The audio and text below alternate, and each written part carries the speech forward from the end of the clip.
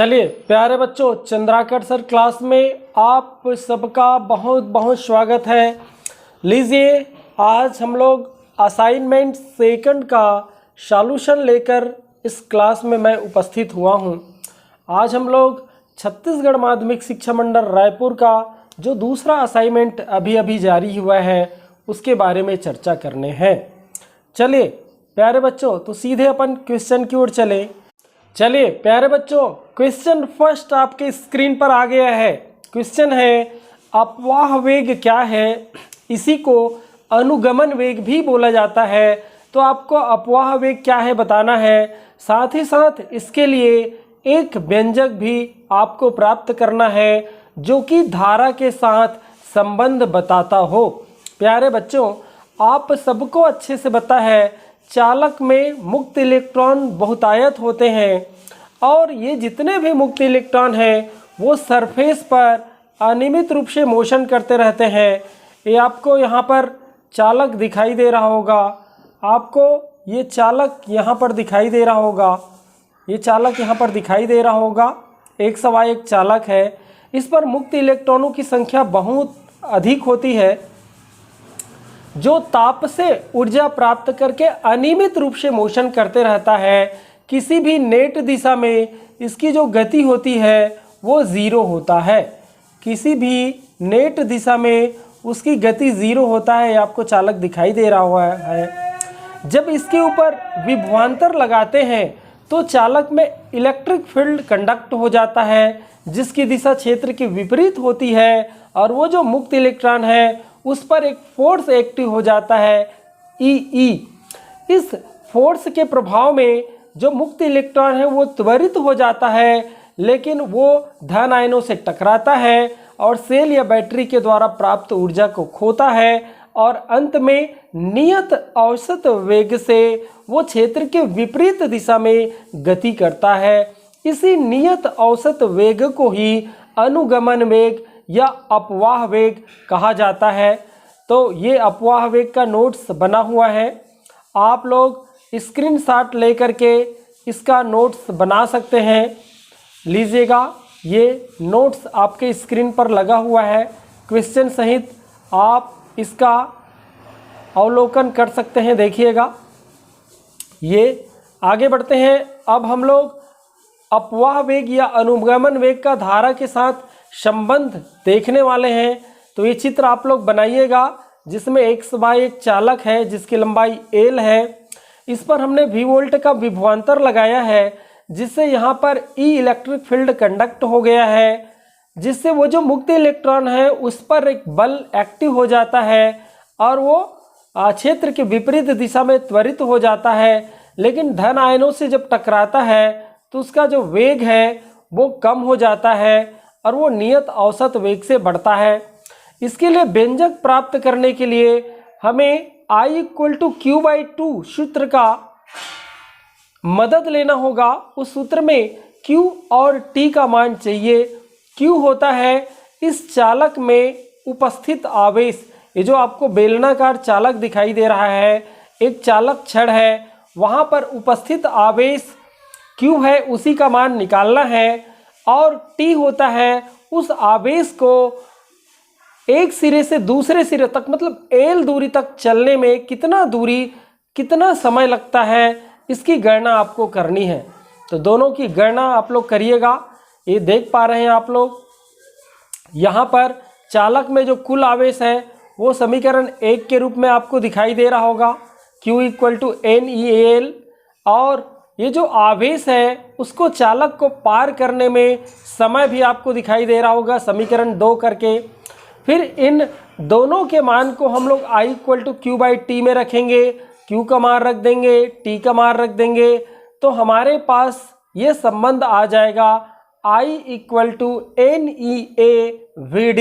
यही धारा व अनुगमन वेग या अपवाह वेग में अभिष्ट संबंध होता है। तो इसका भी आप स्क्रीनशॉट ले लीजिएगा। यहाँ से ये चित्र आप लोग बनाएंगे और ये इसका डेरिवेशन है जो आप लोग सूत्र की स्थापना करने वाले हैं। लीजिएगा, इसका भी स्क्रीनशॉट लेके आगे बढ़िएगा। इस प्रकार से ये इसका स्क्रीनशॉट ले लीजिएगा। इसके बाद ये डेरिवेशन यहाँ पर कंप्लीट। प्यारे बच्चों, तो निश्चित रूप से क्वेश्चन फर्स्ट मज़ा आएगा, बिल्कुल नए अंदाज में आपके सामने प्रस्तुत करने का प्रयास किया गया है। चलिएगा, क्वेश्चन नंबर सेकंड ये रहा आपके स्क्रीन पर। प्रतिरोधकता को परिभाषित कीजिए।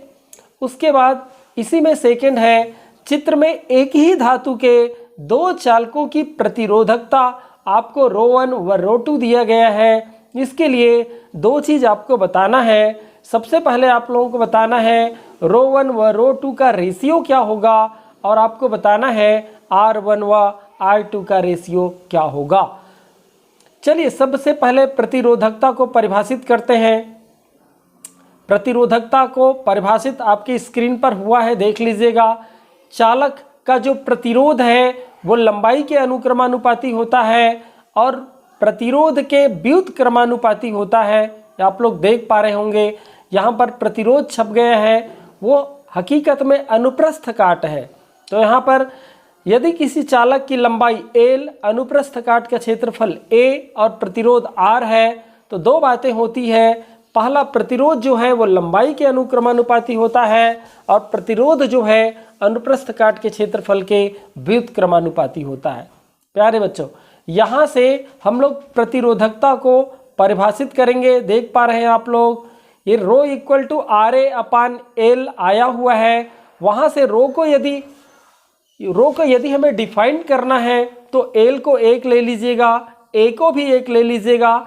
तो ये संबंध कुछ यूं हो जाएगा, रो इक्वल टू R, और इसको हम लोग डिफाइन करेंगे। किसी पदार्थ के एकांक लंबाई और एकांक अनुप्रस्थ काट वाले चालक के प्रतिरोध को ही उस चालक की प्रतिरोधकता कहते हैं। इसका मात्रक ओम मीटर है। तो लीजिए इसका भी स्क्रीनशॉट ले लीजिएगा। सबसे पहले ये प्रश्न हो गया, इसके बाद यहाँ से हम लोग उसको डिफाइन करने का प्रयास करेंगे एक व्यंजक के थ्रू। इसका स्क्रीनशॉट ले लीजिएगा। ये हमने डिफाइन किया हुआ है, ये परिभाषित हमने किया हुआ है, आप लोग देख पा रहे होंगे। दूसरा हमें बताना है ρ1 व ρ2 का रेशियो क्या होता है। ρ1 जो होता है वो पहला चालक आपको दिखाई दे रहा होगा। ये दो चालक है, एक चालक की त्रिज्या R है, उसकी जो लंबाई है वो 2 सेंटीमीटर है। दूसरे चालक की भी रेडियस जो है वो R है, लंबाई जो है वो 4 सेंटीमीटर है। दोनों की रेडियस समान है, दोनों एक ही धातु के हैं। इसका मतलब ये है कि इसके जो प्रतिरोधकता है उस पर चालक की लंबाई का कोई प्रभाव नहीं पड़ता और न ही चालक की त्रिज्या को कोई प्रभाव पड़ता है। इस बात का उल्लेख यहाँ पर हुआ है, देख लीजिएगा। यहाँ पर दोनों चालक एक ही धातु का है, दोनों की त्रिज्या समान है, लंबाई डिफरेंट है, 2 सेंटीमीटर और 4 सेंटीमीटर है। चूंकि प्रतिरोधकता पर चालक की लंबाई व त्रिज्या पर निर्भर नहीं करता, उसका प्रभाव नहीं पड़ता, वो केवल पदार्थ की प्रकृति तथा ताप पर निर्भर करता है। अतः यहाँ पर चाहे चालक बड़े हो या छोटे हो, चूंकि वो एक ही पदार्थ का है, अतः दोनों की प्रतिरोधकता समान होगा, अर्थात ρ1 इक्वल टू ρ2। इसको हम लोग इस प्रकार से लिख सकते हैं, आपकी स्क्रीन पर दिखाई दे रहा होगा। तो यहाँ पर रेशियो दोनों का होगा 1:1 का। इसका भी स्क्रीनशॉट आप लोग ले लीजिएगा, ये रेशियो का स्क्रीनशॉट लीजिएगा। ये यहाँ पर रेशियो आएगा 1:1 का। इसके बाद R1 व R2 का अनुपात आपसे पूछा गया है, देखिएगा। तो इस सूत्र की मदद आपको लेना है। तो आप लोग पाएंगे कि यहाँ पर दोनों की लंबाई क्रमशः 2 सेंटीमीटर व 4 सेंटीमीटर है। तो यहाँ पर रो व अनुप्रस्थ काट दोनों का सेम होगा, तो वो नियत राशि हो जाएगा। तो यहाँ पर एक नया संबंध मिलेगा, R is proportional to L। यहाँ से हम लोग सूत्र बना देंगे दोनों परिस्थितियों के लिए, दोनों चित्र के लिए। और यहाँ पर L1 का मान 2 सेंटीमीटर है, L2 का मान 4 सेंटीमीटर है, मान रखिएगा। तो यहाँ पर R1 व R2 का जो रेशियो है वो 1:2 आपको मिलेगा प्यारे बच्चों। तो बहुत प्यारा सा ये डेरिवेशन आपके सामने में है। स्क्रीनशॉट आप लोग ले सकते हैं, इसका स्क्रीनशॉट यहाँ से लीजिएगा और मस्त इसका नोट्स बनाइएगा। ये आपको दिखाई दे रहा है, ये सूत्र आपका बन गया, ये डेरिवेशन। चलिए प्यारे बच्चों, उम्मीद है ये दूसरा प्रश्न भी आप लोग बहुत अच्छे से बना लेंगे। आइए तीसरे प्रश्न की ओर हम लोग बढ़ें। तीसरा प्रश्न है, एक एम्पियर पास के लिए परिणामी चुंबकीय क्षेत्र का मान B = μ0I/2πr है। इसकी स्थापना आप लोगों ने किया है पिछले वीडियो में। इस संबंध के लिए जो निष्कर्ष है उसको हमें यहाँ पर देना है, कम से कम 4 निष्कर्ष देना है कि इसकी स्थापना करते समय, इसकी जब आप लोग स्थापना किए थे तो कौन कौन सी बातें महत्वपूर्ण थी जिसको हम लोग निष्कर्ष के रूप में यहाँ पर लिख सकते हैं, ये आपको यहाँ पर बताना है। चलिए प्यारे बच्चों, जो हम इसकी स्थापना किए थे, आपको याद होगा एम्पियर के परिपथी नियम से सरल रेखी धारावाही चालक के समीप चुंबकीय क्षेत्र की तीव्रता है ये, उसकी हम लोग जब स्थापना किए थे तो प्रमुख बातें कौन कौन सी थी उसे हमें लिखना है। ये लीजिए, यहाँ पर आपको वो 4 बातें नज़र आएगी इस चित्र के साथ ही, वो 4 बातें। पहली बात, धारावाही चालक तार के चारों ओर चुंबकीय क्षेत्र जो है वो सकेंद्री वृत्त के रूप में होता है, ये निष्कर्ष हम लोग वहाँ पर निकाले थे। दूसरी बात, लूप या पास के प्रत्येक बिंदु पर चुंबकीय क्षेत्र का परिमाण समान होता है तथा इसकी जो दिशा है वो स्पर्श रेखा के अनुदिश होता है, ये भी हम लोगों ने वहाँ से जाना था। तीसरी बात, पास अर्थात लूप के प्रत्येक बिंदु पर चुंबकीय क्षेत्र और अवयव DL दोनों दो होता है, वो समदिश होता है अर्थात एक ही दिशा में होता है, अर्थात उसके बीच का जो कोण है वो 0 डिग्री का होता है। चौथी बात, सूत्र को देख के जो हमें लगा जिसको हम लोग निष्कर्ष के रूप में दे सकें वो ये है कि यहाँ पर चुंबकीय क्षेत्र जो है वो दूरी का व्युत्क्रमानुपाती होता है जबकि धारा का अनुक्रमानुपाती होता है। प्यारे बच्चों, इसकी स्थापना में ये 4 बातें नज़र आई, इसका भी आप लोग स्क्रीनशॉट लीजिएगा। चलिए इसका स्क्रीनशॉट आप लोग ले लीजिएगा, ये चित्र है।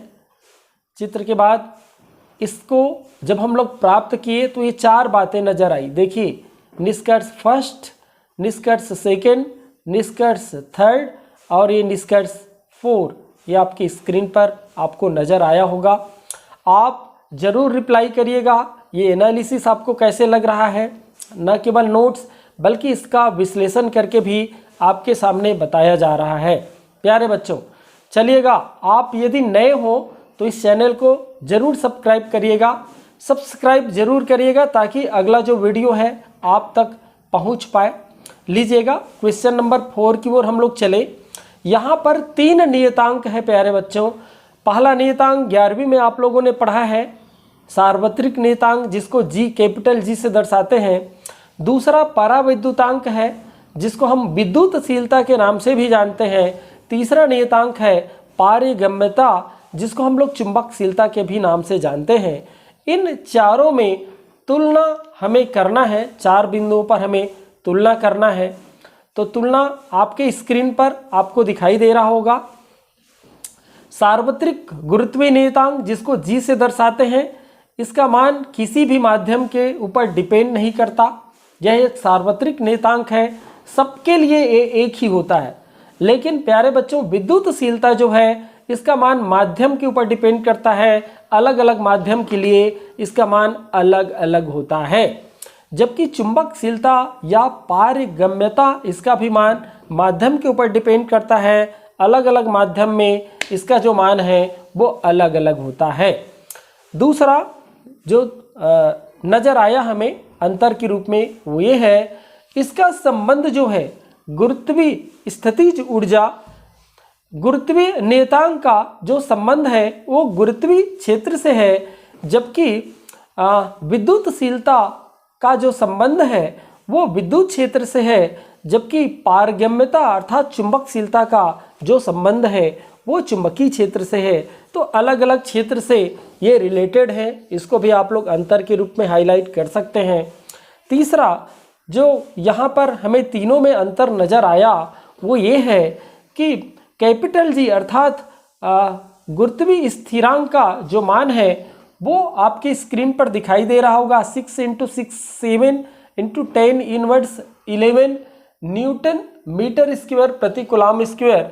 जबकि वायु या निर्वात के लिए जो विद्युतशीलता है जिसको हम लोग पराविद्युतांक बोलते हैं, उसका मान 8.854 इंटू 10⁻12 कूलम्ब स्क्वायर प्रति न्यूटन मीटर स्क्वायर है। जबकि वायु या निर्वात में पारगम्यता या चुंबकशीलता का मान आपके स्क्रीन पर डिफरेंट नज़र आ रहा होगा। ये तीनों में अंतर आप लोग लिख सकते हैं। अगला अंतर जो तीनों में नज़र आया वो है सभी माध्यमों में कैपिटल जी से ही दर्शाते हैं गुरुत्वीय स्थिरांक को, है ना। हम लोग जी से दर्शाते हैं चाहे वो माध्यम कोई भी हो। जबकि पराविद्युतांक या विद्युतशीलता को हम वायु या निर्वात के लिए एप्सिलॉन नॉट से दर्शाते हैं और पारगम्यता अर्थात चुंबकशीलता को हम लोग वायु या निर्वात के लिए म्यू नॉट से दर्शाते हैं प्यारे बच्चों। जबकि जी किसी भी माध्यम में उसका मान यूं ही रहता है, उसका मान नहीं बदलता है। 4 ही अंतर आपको लिखना है, यहाँ पर 5 अंतर बताया गया है, कोई भी 4 आप लोग लिख सकते हैं। 5वां अंतर आपके स्क्रीन पर लगा हुआ है, आप लोग देख पा रहे होंगे। ये जो जी कैपिटल जी होता है वह माध्यम या निर्वात में, है ना, लाने वाले गुरुत्व बल की माप है। जबकि जो आपका एप्सिलॉन जो है वह माध्यम में रेखाओं के चालक की माप है, माध्यम में विद्युत क्षेत्र रेखाओं की चालक का माप है। जबकि म्यू जो है वह माध्यम में चुंबकीय क्षेत्र रेखाओं के चालन की शक्ति को डिनोट करता है, प्रदर्शित करता है। ये 4 अंतर है, 5 अंतर है, आप कोई भी 4 यहाँ पर यूज़ करेंगे। ये चलिए स्क्रीनशॉट इसका बारी बारी से लीजिएगा, आप पढ़िएगा, कोई कन्फ्यूज़न की स्थिति होगा तो ज़रूर बताइएगा। ये 3 तक का स्क्रीनशॉट, इसके बाद आगे का ये स्क्रीनशॉट आप लोग लीजिएगा ज़रूर और चिंतन जरूर करिएगा। कोई समस्या हो तो ज़रूर चर्चा करिएगा। प्यारे बच्चों, क्वेश्चन नंबर 5 आपके स्क्रीन पर आता हुआ क्वेश्चन नंबर 5 3 भाग में बटा हुआ है। उसका पहला भाग बोलता है विभव प्रवणता को परिभाषित कीजिए। तो पहला का आंसर पहले देख लेते हैं। विभव प्रवणता आप लोग अच्छे से पता है, जब आप लोग मीटर सेतु का अध्ययन कर रहे थे उस समय हम लोगों ने जाना है विभव मापी के तार के प्रति एकांक लंबाई में विभव पतन को ही विभव प्रवणता कहता है। जब हम लोग विभव मापी पढ़ रहे थे तो आप लोगों को पता होगा जब धारा एक सिरा से दूसरे सिरे की ओर जाता है तो विभव लगातार गिरता है, पतन होता है। तो विभव मापी के तार के प्रति एकांक लंबाई में विभव के पतन को ही विभव प्रवणता कहा जाता है। इसका मात्रक वोल्ट प्रति मीटर है। 1 नंबर का इतना काफ़ी है जानकारी, तो ये आप स्क्रीनशॉट लीजिएगा। इसके बाद दूसरा आपके स्क्रीन पर दूसरा क्वेश्चन ये दिख रहा है चित्र के रूप में। स्क्रीन पर एक संधि स्थल है, ये संधि स्थल आपको दिखाई दे रहा होगा। ये कर्सर जहाँ पर गया है वो संधि स्थल है, आपको दिखाई दे रहा होगा। इस संधि स्थल पर कुछ धाराएं आ रही है, कुछ धाराएं जा रही है। कुछ धाराएं संधि स्थल की ओर आ रही है, आप लोग देख पा रहे होंगे। 5 एम्पियर की धारा आ रही है, 2 एम्पियर की धारा जा रही है, 5 एम्पियर की धारा आ रही है, 2 एम्पियर की भी धारा आ रही है संधि की ओर। जबकि 4 एम्पियर की धारा दूर जा रही है और यहाँ पर आई एम्पियर की धारा भी दूर जा रही है, तो हम लोग यहाँ पर किरचॉफ का जो फर्स्ट लॉ है उसको प्रयोग में लाएंगे। और किरचॉफ का पहला नियम ये बोलता है कि संधि की ओर आने वाली समस्त धाराओं का योग संधि से दूर जाने वाली समस्त धाराओं के योग के बराबर होता है। इस बेस पर इसको हम लोग सॉल्व करेंगे। लीजिए सॉल्यूशन आपको नज़र आएगा, देखिएगा। यहाँ संधि की ओर आने वाली कुल धारा 5 एम्पियर और 2 एम्पियर है, दोनों को जोड़ देंगे 7 एम्पियर हो जाएगा।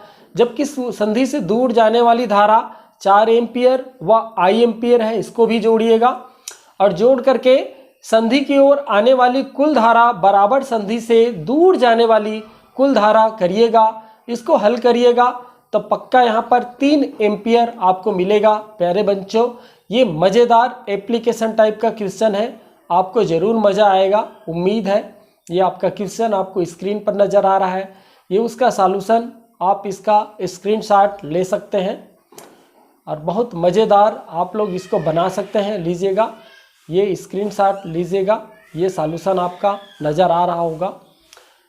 चलिए प्यारे बच्चों, अंतिम क्वेश्चन की ओर हम लोग बढ़ते हैं। अंतिम क्वेश्चन आपके स्क्रीन पर अब नज़र आएगा, लीजिएगा। क्वेश्चन आपके स्क्रीन पर ये है, क्वेश्चन नंबर इसका तीसरा जो भाग है वो ये बोलता है तड़ित किसे कहते हैं। तड़ित के बारे में आपसे पूछा गया है, तड़ित किसे कहते हैं। साथ ही आपको बताना है इसका प्रति वज्रपात औसत शीर्ष सामर्थ्य अर्थात शक्ति आपको बताना है। प्यारे बच्चों लीजिए इसके सॉल्यूशन की ओर हम लोग बढ़ें। तड़ित नाम तो आप लोगों ने खूब सुना है, ये देख लीजिए इसको लिखते कैसे हैं। ये तड़ित या इसी को आकाशीय बिजली भी बोला जाता है। प्यारे बच्चों, वायुमंडल में विद्युत आवेश का डिस्चार्ज होना और उसमें उत्पन्न कड़कड़ाहट को ही तड़ित बोला जाता है। इसका प्रति वज्रपात औसत शीर्ष सामर्थ्य अर्थात शक्ति जो होता है वो खरबों में होता है, 10⁻12 वाट ये होता है। प्यारे बच्चों, आप लोग बहुत अच्छे से जानते हैं बादलों में बर्फ के कण होते हैं, आप लोगों को अच्छे से पता है, जो डेवलप होते रहते हैं, टकराते हैं, टूटते हैं और टुकड़े टुकड़े होकर के पृथक भी हो जाते हैं। प्यारे बच्चों, छोटे वाले कण धनात्मक आवेश तथा बड़े वाला जो कण है वो ऋणात्मक आवेश प्राप्त करता है। ये आवेशित कण बादलों के ऊर्ध्वाधर एवं गुरुत्व के कारण पृथक हो जाता है। बादल के ऊपरी भाग धनात्मक तथा मध्य भाग ऋणात्मक आवेश हो जाता है, जिसके कारण यहाँ पर डाइपोल का निर्माण हो जाता है, द्विध्रुव का निर्माण हो जाता है। और कभी कभी बादलों के तल पर अत्यंत दुर्बल धनावेश भी पाए जाते हैं। प्यारे बच्चों, और साथ ही अंतरिक्ष में रेडियोधर्मी विकिरणें वायु को धन तथा ऋण आयनों में आयनित कर देता है। हवा वैद्युत चालक के रूप में हो जाता है। धरती तथा बादल के मध्य आप लोगों को अच्छे से पता है अतिरिक्त आवेशों का पृथक्करण बादल के अंदर विशाल मात्रा में पोटेंशियल वहाँ पर उत्पन्न कर देता है। लगभग यह 10 लाख वोल्ट के बराबर हो सकता है। प्यारे बच्चों, अंत में वायु में विद्युत प्रतिरोध भंग हो जाता है तथा तड़ित जो है वो क्षणदीप्त प्रारंभ हो जाता है। और आप लोगों को पता है इसका विद्युत क्षेत्र जो होता है वो 10⁵5 वोल्ट प्रति मीटर की कोटि का होता है। प्यारे बच्चों, एक तड़ित स्फुट क्षणदीप्ति औसत रूप से 4 वज्रपातों की श्रृंखला से संघटित होता है तथा प्रत्येक स्फुट क्षणदीप्त की अवधि लगभग 30 सेकेंड होती है। अब आप लोग कल्पना कर सकते हैं प्रति वज्रपात का औसत शीर्ष सामर्थ्य आपके स्क्रीन पर नजर आ रहा होगा 10⁻12 वाट। तो आपको लिखना केवल इतना है, डिटेल में मैं केवल आपसे चर्चा कर रहा था, लिखना केवल इतना है जो आपके स्क्रीन पर आपको नज़र आ रहा है, क्योंकि ये 1 नंबर का है तो इतना डिटेल में आपको जानने की ज़रूरत नहीं है। प्यारे बच्चों, इस प्रकार से ये 5 क्वेश्चन आपको स्क्रीन पर नज़र आया। मैंने उसको एनालाइज करने का एक छोटा सा प्रयास किया। उम्मीद है ये प्रयास आपको बेहतर लगेगा। इसमें कुछ कमी रह जाए तो आप ज़रूर बताइएगा, ताकि अगला वीडियो बहुत अच्छे से है ना और क्वालिटी सुधार के बनाया जा सके। चलिए प्यारे बच्चों, इस वीडियो में बस इतना ही। आप इस चैनल को सब्सक्राइब करिए ताकि यूं ही वीडियो आपको मिलता रहे। चलिए प्यारे बच्चों, धन्यवाद।